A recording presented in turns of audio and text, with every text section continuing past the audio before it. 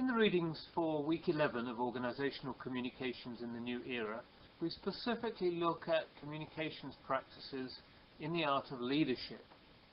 Now, leadership and communication are intimately linked.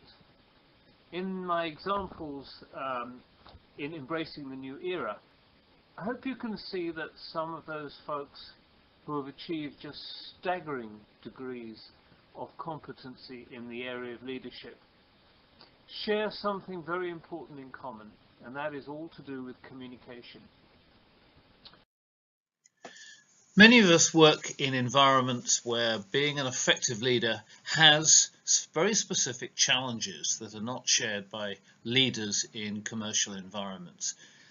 For instance, if you're within the court system, if you aspire to be or you are a court administrator, this can be a very challenging kind of process, and it's typical of non-commercial environments in the sense that you don't necessarily have the power to make the rules, but it does not mean you cannot be an effective leader, because you still have goals and you still have ways of changing the environment in non-dramatic ways to achieve those goals better. And you still have all the challenges of communicating with those people that you're leading. So in this particular slide, we look at a number of, if you like, natural laws. And really this is to do with, firstly, a vision must have ample airtime in an organization. So, this has got to be a vision of a good leader is something that is an ongoing day-to-day process, and it's reflected in all the communications by that leader. And that generates a climate within the organization. In other words, it might be a climate of openness. It might be a climate of precision. A good leader will be very precise about the kinds of things that they say in order to have no doubt in people's minds where it is they're going. And that gives a lot of people confidence in that leader. So in many different ways, the climate of an organization is a reflection of that leader. If you think clearly, if you think empathically, if you react in a way that reflects to people that you are able to listen to what they're saying, then you will tend to be on the right path to be creating the confidence that you wish to have in your leadership values. And the right thing too, when you're making changes specifically, this is not something that can be rushed.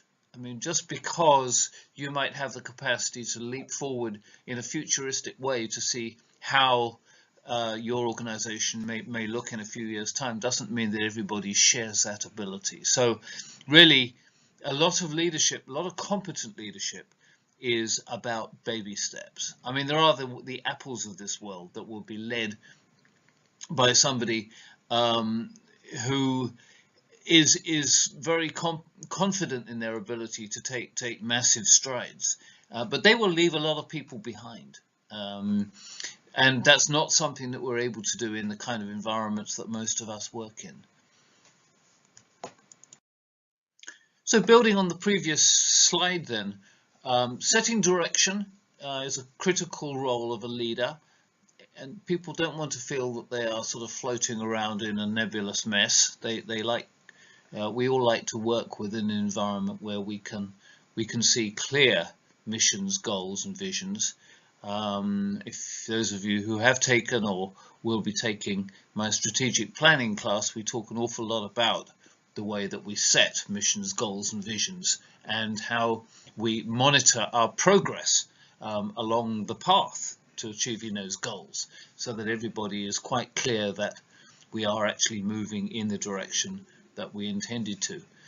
And building commitment is a very important part of that.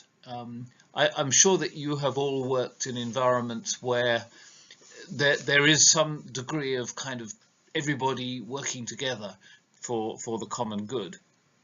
And many of you have probably worked in environments that are quite opposite in the sense that there's no real sense of sort of team commitment. There is a sense of a lot of individuals just sort of working on their own, doing a job that they read in their job description. And there's two kind of environments that have a very different feel, and of course tend to achieve very different end goals.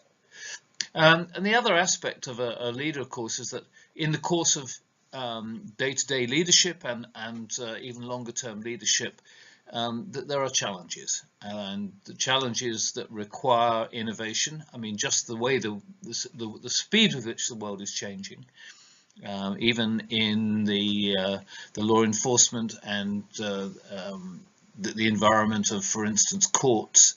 Laws change, practices change, technology changes. So these require innovative solutions in order to optimize these changes and sometimes to turn what appears to be a change that relates to adversity into something positive. This is just a summary, really, of the importance of choosing the appropriate medium of communication to get the message across.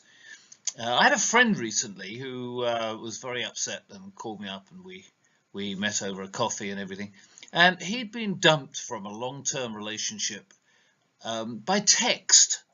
And I thought, what a very uncomfortable process that must have been for him, and how very impersonal that process was. Of course, it felt, you know, safe, I suppose, to the other party. But that's just one kind of example. Now, on a day-to-day basis in our business environments, that same kind of appropriateness is very, very important. It's very easy to upset somebody by using an inappropriate means of communication. If you need to discipline somebody for, you know, maybe taking their lunch hours are perpetually longer than they should be, or, you know, they're late, or, you know they've got personal issues, but somehow or other the job just isn't getting done. You know, and how much more appropriate wouldn't it be to actually have a face-to-face conversation with them and explain, you know, how you really do understand the situation they're in, and you know, you really would like to help. On the other hand, you know, there are ways in which you need to make sure that the job gets done, and that kind of thing. I mean, that's doing all that by email, for instance, is very much more difficult and in my view less appropriate. So this is just really a way of sort of formally putting down how we can use various different messaging processes, and the high channel richness. In other words, you know, this is the richness in the sense that we've got non-verbal communication processes, body language and that kind of thing, intonation of the voice in face-to-face verbal communication.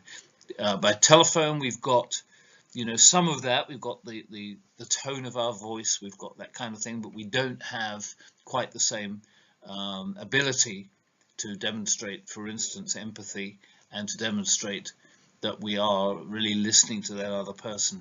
All these things are much more difficult by telephone than they are face-to-face. On the other hand, it doesn't take up anything like the same amount of time as having a face-to-face meeting, generally speaking. So, you know, and as we go down the list, we've got email, text messaging, internet-based kind of discussions, memos and letters. I mean, really, there aren't too many times when memos and letters are used for day-to-day communication anymore. But if you want a written record of something, I mean, if you had to discipline somebody for inappropriate behavior in some way, then clearly, you know, confirming that by a letter is making a record, a written record of the process, you know, which is dated and all the rest of it. And that not only protects yourself, perhaps sometimes from, you know, a situation of litigation, but it will also emphasize to the other person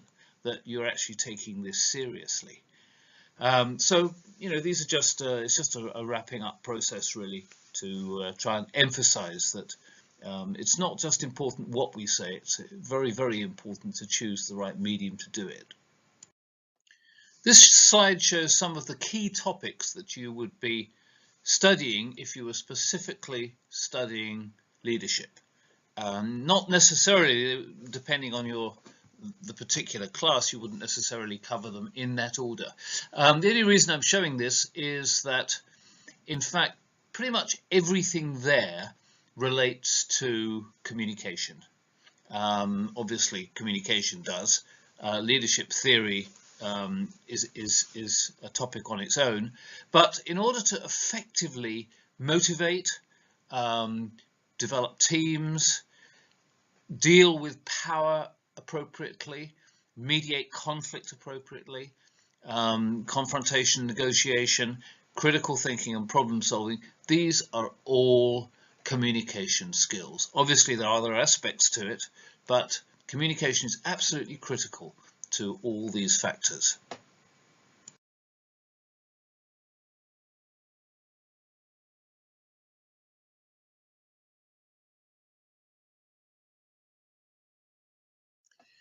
Clearly, organizations cannot be full of leaders. We have to also have followers, and not everybody wants to be a leader or is cut out to be a leader, although there is a bit of leader in all of us. But being an effective follower is also critically important, and self-direction, someone that actively participates in setting group activities, investing time and energy in the work of the group, thinking critically and advocating for new ideas. But I think the critical thing here is that, you know, organizations are like a puzzle. I mean, we each have a piece, we each have a role in that puzzle, and doing that effectively is part of being a follower, and of course is also the effectiveness of our role there is also related to our effectiveness with regard to communication skills.